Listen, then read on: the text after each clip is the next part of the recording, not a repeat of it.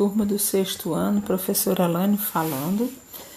Nós vamos dar continuidade aos povos antigos da Ásia, parte 2.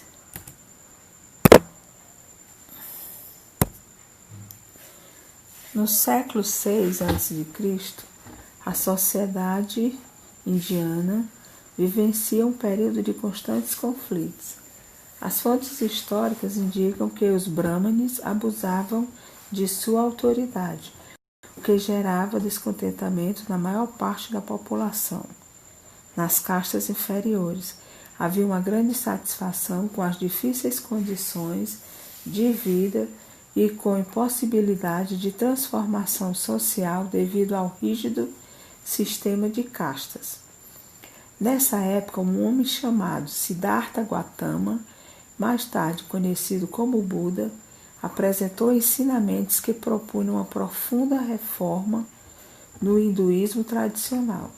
Segundo esses ensinamentos, o caminho da iluminação, ou seja, da sabedoria que conduziria o ser humano à salvação, não se encontrava na satisfação dos próprios desejos, nem no total abandono deles. Era preciso seguir o caminho do meio. Ao encontrar esse caminho, o indivíduo estaria preparado para aceitar as 4 verdades. As 4 nobres verdades. Primeira verdade, a vida é sofrimento. Segunda verdade, a causa do sofrimento é o desejo. Terceira verdade, a causa do sofrimento pode ser eliminada por meio da renúncia ao desejo.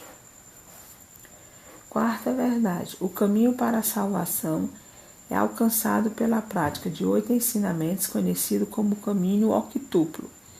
Esses ensinamentos baseiam-se em uma vida de disciplina, meditação e de anulação do desejo, visando atingir o estado de iluminação de felicidade plena chamado Nirvana.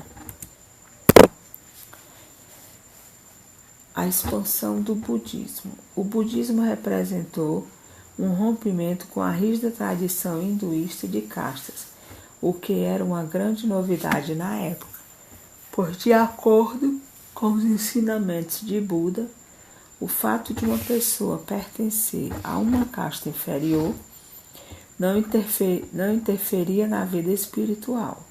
Com isso, todos os seres humanos, independente de sua posição social, poderiam atingir a iluminação. Além disso, seus ensinamentos eram transmitidos por meio de uma linguagem bastante simples e de fácil compreensão. Assim, pessoas de diferentes camadas sociais passaram a seguir os seus preceitos. Ao conquistar cada vez mais seguidores, o budismo se expandiu para outros países, como China, Japão e Coreia, onde essa religião teve grande aceitação. Buda. Siddhartha Gautama viveu na Índia no século VI a.C. Membro de uma família real, teve uma vida luxuosa e bastante confortável. Porém, ao sair de seu palácio, ficou comovido a ver um mundo de dor e miséria. Siddhartha resolveu então abandonar tudo o que tinha, transformando-se em um peregrino e dedicando-se ao hinduísmo. Mesmo após anos fazendo sacrifício na tentativa de encontrar a iluminação que libertaria o ser humano do sofrimento, Siddhartha não achava a resposta que tanto buscava. Por isso decidiu esse modo de vida. Algum tempo depois, decidiu que sentaria sob uma árvore onde mediria até solucionar o mistério do sofrimento. Ao passar por todos os estágios da meditação e enfrentando muitas as dificuldades, Siddhartha encontrou a iluminação, tornando-se o Buda, palavra derivada do sânscrito que significa o de perto. A China antiga, o Rio Amarelo. Os estudos arqueológicos com mais aceitos indicam que a civilização chinesa formou-se a partir de pequenos grupos de agricultores que haviam se fixado por volta de 3000 a.C., em regiões próximas ao Rio Amarelo, Huanghe. Esses agricultores cultivavam feijão, painço, hortaliças, frutas e nozes, e criavam porcos, bois e cabritos. O clima da região ocasionava períodos de seca e de enchentes do rio. Durante as cheias, casas e plantações eram destruídas, acarretando prejuízo para a população. A construção da muralha da China. Por volta de 220 a.C., o imperador Huangdi ordenou a construção de uma grandiosa muralha, cujo principal objetivo era defender o território chinês contra possíveis ataques. Naquela época, a obra chegou a medir cerca de 3.000 quilômetros de extensão. Entre os trabalhadores que participaram da construção estavam soldados, camponeses e escravos. As torres de vigia tinham em média 12 metros de altura. A pequena distância entre elas permitia que os soldados mandassem aviso aos vigias das torres vizinhas em caso de ataques estrangeiros. As torres também eram usadas para armazenar alimentos e armas. Os materiais usados na construção variavam de acordo com a região por onde passava a muralha.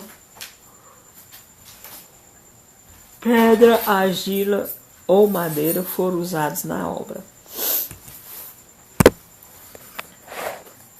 No Japão, enquanto a China já se configurava como uma grande civilização, as ilhas que viriam a fazer parte do Japão estavam começando a ser ocupadas. Durante o século II e I a.C., além das populações locais, o território japonês passou a ser ocupado por estrangeiros, como os chineses e os coreanos. Com eles, as populações locais aprenderam diferentes técnicas agrícolas, incluindo o cultivo de arroz em áreas alagadas. E o relacionamento entre as populações e os povos estrangeiros formou-se aos poucos uma nova cultura conhecida como Yayoi. Entre as principais características dessa cultura chinesa, como a forma de governo, a escrita e as religiões. Povos antigos da Ásia, parte 2. Exercício. Quando a muralha da China começou a ser construída e quando a sua obra foi concluída? Que pessoas trabalharam em sua construção? Como eram as torres de vigia e para que serviam? Quais materiais foram usados na construção da muralha? Quais as principais características da sociedade japonesa entre os séculos II e I a.C.?